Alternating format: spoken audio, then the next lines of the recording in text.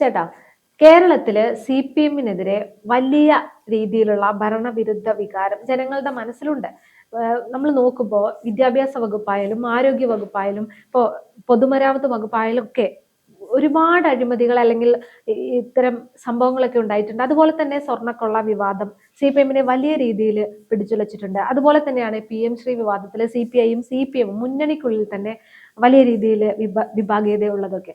അപ്പോൾ ഈ ഒരു സംഭവങ്ങൾ ഇതിനൊക്കെ അഭിമുഖീകരിച്ചുകൊണ്ടാണ് ഇപ്പൊ ഒരു ഇലക്ഷന് തദ്ദേശ തെരഞ്ഞെടുപ്പിനെയും പിന്നെ അത് കഴിഞ്ഞ് നിയമസഭാ തെരഞ്ഞെടുപ്പിനെയൊക്കെ നമ്മൾ ഫേസ് ചെയ്യാൻ പോകുന്നത്. അപ്പൊ ഈ ഒരു ഘട്ടത്തില് VD സതീശൻ, പ്രതിപക്ഷ നേതാവായിട്ടുള്ള VD സതീശൻ കോൺഗ്രസിന്റെ പ്രവർത്തനങ്ങളെ കുറിച്ച് കഴിഞ്ഞ ദിവസം ഒരു ചർച്ചയിൽ പങ്കെടുക്കുകയുണ്ടായി. അദ്ദേഹം പറഞ്ഞത്, ഒരു ഇന്റർവ്യൂല് പറഞ്ഞത്, കോൺഗ്രസിലെ വലിയ ഒരു മാറ്റം അല്ലെങ്കിൽ UDF-ലെ വമ്പൻ മാറ്റങ്ങൾ വരാൻ പോകുന്നു. വേറെ മുന്നണികളിൽ നിന്ന് പാർട്ടികളിൽ നിന്ന് വേറെ പാർട്ടികളൊക്കെ ഈ UDF-ലേക്ക് വരാൻ പോകുന്നു എന്നാണ്. ശരിക്കും കോൺഗ്രസ് അല്ലെങ്കിൽ UDF എന്ന മുന്നണി വളരെ ശക്തമായ രീതിയിൽ തന്നെ ബേസ് തൊട്ട് പ്രവർത്തനം തുടങ്ങി എന്നാണ് അദ്ദേഹം പറയുന്നത്. എങ്ങനെയാണ് മൊത്തത്തിലുള്ള പ്രവർത്തനങ്ങളെ വിലയിരുത്താൻ കഴിയുന്നത്? അല്ല, ആ ഒരു അവകാശവാദം VD സതീശന്റെ അത് 100% സത്യമാണ്. കാരണം കഴിഞ്ഞ കാലങ്ങളിലൊന്നും തന്നെ ചരിത്രം പരിശോധിച്ചാൽ ഒരു കാലത്തും ഇല്ലാത്ത തരത്തിലുള്ള ഒരു പ്രവർത്തനമാണ്, മുന്നൊരുക്കമാണ് കോൺഗ്രസും UDF-ഉം താഴെ തട്ട് മുതൽ ഈ തദ്ദേശ തെരഞ്ഞെടുപ്പിൽ നടത്തിയ, തദ്ദേശ തെരഞ്ഞെടുപ്പ് എന്നല്ല കേട്ടോ, തദ്ദേശ തെരഞ്ഞെടുപ്പിൽ നടത്തുന്നുണ്ട്. അതിനു മുൻപ് നടന്ന ഈ ഉപതെരഞ്ഞെടുപ്പുകൾ നമ്മൾ പരിശോധിച്ചാൽ തന്നെ ആ UDF-ന്റെ ഒരു ടീം വർക്ക് നമുക്ക് അവരെത്രത്തോളമാണ് വർക്ക് ചെയ്യുന്നത്, ഏത് രീതിയിലാണ് അവരുടെ ഒരു പൊളിറ്റിക്കൽ സ്ട്രാറ്റജി എന്ന് നമുക്ക് മനസ്സിലാക്കാൻ കഴിയും. ആദ്യം ഉപതെരഞ്ഞെടുപ്പ് വന്നത് തൃക്കാക്കരയിലാണ്. അവിടെ ഏതാണ്ട് ഇരട്ടിയിലധികം വോട്ടുകളുടെ ഭൂരിപക്ഷത്തിനാണ് ഉമാ തോമസ് അവിടെ വിജയിക്കുന്നത്. പിന്നീട് പുതുപ്പള്ളിയിലേക്ക് വരുമ്പോൾ 4 ഇരട്ടി വോട്ടുകൾ ഭൂരിപക്ഷം വർദ്ധിപ്പിക്കാൻ കഴിഞ്ഞു. പാലക്കാട് ഉപതെരഞ്ഞെടുപ്പിലാണെങ്കിൽ ഏതാണ്ട് 5 ഇരട്ടിയോളം വോട്ടുകളുടെ ഭൂരിപക്ഷം വർദ്ധിപ്പിക്കാൻ കഴിഞ്ഞു.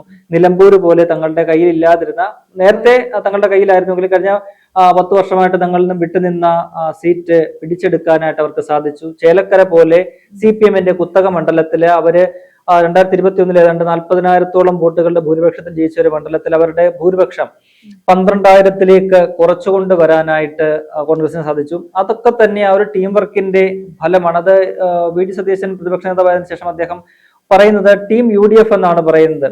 കഴിഞ്ഞ ഇടയ്ക്ക് അദ്ദേഹം പറഞ്ഞത്, ഈ തെരഞ്ഞെടുപ്പിനെ, ഈ തദ്ദേശ തെരഞ്ഞെടുപ്പായാലും അതിനുശേഷം വരുന്ന നിയമസഭാ തെരഞ്ഞെടുപ്പിനെ ഞങ്ങൾ നേരിടാൻ പോകുന്നത് UDF എന്ന് പറയുന്ന ഒരു പാർട്ടി എന്ന ലേബലിലാണ്. UDF എന്ന് പറയുന്ന ഒരു മുന്നണിയല്ല, ഞങ്ങൾ ഒരു പാർട്ടിയാണ്. ആ രീതിയിൽ UDF-ലെ കക്ഷികളെല്ലാം തന്നെ ഉൾച്ചേർന്നിരിക്കുന്നു, ഒന്നു ചേർന്നിരിക്കുന്നു എന്നുള്ള ഒരു കാര്യമാണ് അദ്ദേഹം പറയുന്നത്. ആ ഒരു സന്ദേശം താഴെ തട്ടിലേക്ക് കൊടുക്കുക എന്ന ലക്ഷ്യം കൂടി അദ്ദേഹത്തിനുണ്ട്. അത് സത്യമാണ്. പാർട്ടിയിലോ മുന്നണിക്കുള്ളിലെ പാർട്ടികൾ തമ്മിൽ വലിയ പ്രശ്നങ്ങളില്ല, പാർട്ടികൾക്കുള്ളിൽ വലിയ പ്രശ്നങ്ങളൊന്നുമില്ല. ഇപ്പോൾ നമുക്ക് ഈ തദ്ദേശ തെരഞ്ഞെടുപ്പിലെ സ്ഥാനാർത്ഥി പ്രഖ്യാപനം നോക്കിക്കഴിഞ്ഞാൽ പലയിടങ്ങളിലും ഇപ്പം പ്രഖ്യാപിച്ച ഇടങ്ങളിലെല്ലാം തന്നെ ഒറ്റപ്പെട്ട ചില സംഭവങ്ങൾ ഇല്ല എന്ന് പറയുന്നില്ല കേട്ടോ, ചില ചെറിയ സംഭവങ്ങൾ എല്ലായിടത്തും ഉണ്ട്. അതെല്ലാ പാർട്ടികളിലും ഉണ്ട്, സർവ്വസാധാരണമാണ്. തദ്ദേശ തെരഞ്ഞെടുപ്പ് പോലെ വലിയ ബൃഹത്തായ ഒരു തെരഞ്ഞെടുപ്പ് നടക്കുമ്പോൾ ഏതാണ്ട് 23,000-ലധികം വാർഡുകളാണ് മൊത്തത്തിൽ തദ്ദേശ തെരഞ്ഞെടുപ്പുകളിൽ ഉള്ളത്. അത്രയും വാർഡുകളിലേക്ക് സ്ഥാനാർത്ഥികളെയൊക്കെ തന്നെ ഒരു പ്രശ്നവുമില്ലാതെ നിർണ്ണയിക്കുക എന്ന് പറയുന്നത് ഏത് പാർട്ടിയെ സംബന്ധിച്ചും അത് സാധ്യമായ ഒരു കാര്യമല്ല. അതുപോലെ കോൺഗ്രസിനകത്തും UDF-നകത്തും ചെറിയ സംഭവങ്ങളുണ്ട്. പക്ഷെ പതിവായിട്ടുള്ള മുൻകാലങ്ങളിലെ സംഭവങ്ങൾ, പ്രശ്നങ്ങളൊക്കെ വെച്ച് നോക്കിക്കഴിഞ്ഞാൽ അത് തുലവും തുച്ഛമാണ് ഇത്തവണ. പ്രത്യേകിച്ചും കോൺഗ്രസിനകത്ത്, കോൺഗ്രസിന്റെ സ്ഥാനാർത്ഥി നിർണ്ണയം ഒക്കെ കഴിയുമ്പോൾ സാധാരണ രീതിയിൽ വലിയ രീതിയിൽ വിമത പ്രശ്നങ്ങള്, പൊട്ടിത്തെറികള്, പാർട്ടി വിട്ടുള്ള പോക്ക് എല്ലാം തന്നെ പ്രമുഖ നേതാക്കളൊക്കെ തന്നെ പോകുന്നത്. ഇപ്പോഴും 1-2 ഇടത്തൊക്കെ പോകുന്നുണ്ട് എന്നല്ലാതെ വലിയ രീതിയിൽ അതൊന്നും ബാധിച്ചിട്ടില്ല. അപ്പോൾ അവര് കോൺഗ്രസ് UDF ഒക്കെ തന്നെ ഇത് ഞങ്ങളുടെ ഒരു ഡൂ ഓർ ഡൈ സിറ്റുവേഷൻ ആണ്, ഇത് ഞങ്ങൾക്ക് ജീവന്മാരണ പോരാട്ടമാണ്, അഭിമാന പ്രശ്നമായിട്ട് കണ്ടുകൊണ്ടാണ് ഈ തെരഞ്ഞെടുപ്പിനെ അവര് നേരിടുന്നത്. അതിന്റെ ഒരു ഫലമാണത്. കാരണം ഇപ്പോൾ പോയാൽ പിന്നെ ഇല്ല. ഈ തദ്ദേശ തെരഞ്ഞെടുപ്പ് അവരെ സംബന്ധിച്ചൊരു എന്താ പറയുക, യാഡ് സ്റ്റിക്ക് ആണ്, ഒരു സെമി ഫൈനൽ ആണ് അവരെ സംബന്ധിച്ച്.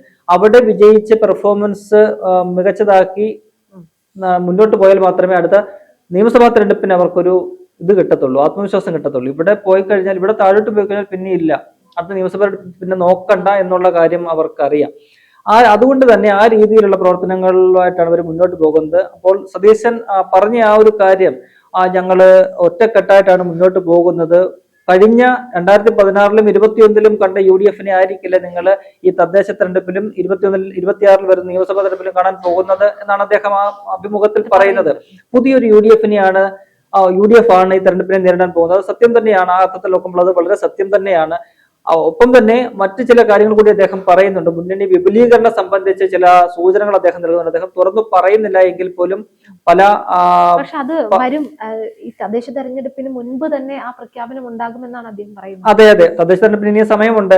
അപ്പൊ സ്വാഭാവികമായിട്ടും ഈ പറയുന്ന പോലെ ചില പാർട്ടികളൊക്കെ തന്നെ കോൺഗ്രസിലേക്ക് UDF വരാനുള്ള സാധ്യത നമുക്ക് തള്ളിക്കളയാൻ കഴിയില്ല. അത് ആരാണെന്ന് അദ്ദേഹം തുറന്ന് പറയുന്നില്ല. നമുക്ക് ചില സൂചനകളുണ്ട് എന്നല്ലാതെ അതിനപ്പുറത്തേക്ക് നമുക്ക് പറയാനുള്ള ഒരു സാഹചര്യം ഇപ്പോഴില്ല.